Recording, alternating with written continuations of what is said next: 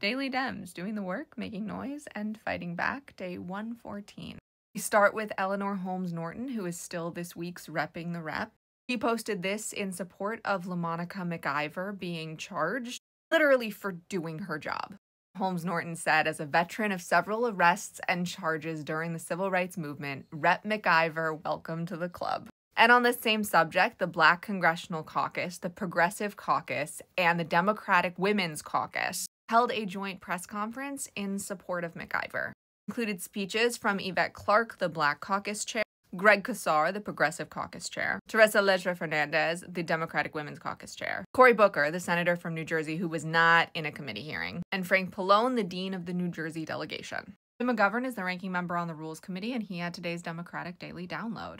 Because in 2 hours, the Rules Committee markup for the big ugly bill begins. This video brought me so much joy because he is so mad he is literally jumping. The House Democratic Caucus had their weekly press conference, which of course included Chair Pete Aguilar and Vice Chair Ted Lieu, but also Dr. Kim Schreier to talk about Medicaid and Shontel Brown to talk about SNAP. Kim Schreier also did an incredible speech today on the House floor that I highly recommend watching. Kathy Castor is becoming one of our best social media fighters, which makes me so excited because she was one of my first repping the reps. She and Melanie Stansbury pulled Becca Balint out of a budget committee meeting to bust myths around the budget bill. This was yesterday, and she's done several of these since. I highly recommend checking out her Instagram, Facebook, YouTube, or Blue Sky. Malcolm Kenyatta, who will be the vice chair of the DNC again, went on Fox News to talk about what the Democratic Party stands for to the people who need to hear it most. Actually, there are a lot of people on our side who need to hear it too. And finally, there were a lot of great interrogations of Marco Rubio in the Committee on Foreign Relations today. But I want to spotlight Chris Van Hollen. As like all other Senate Dems, he voted for Rubio's confirmation.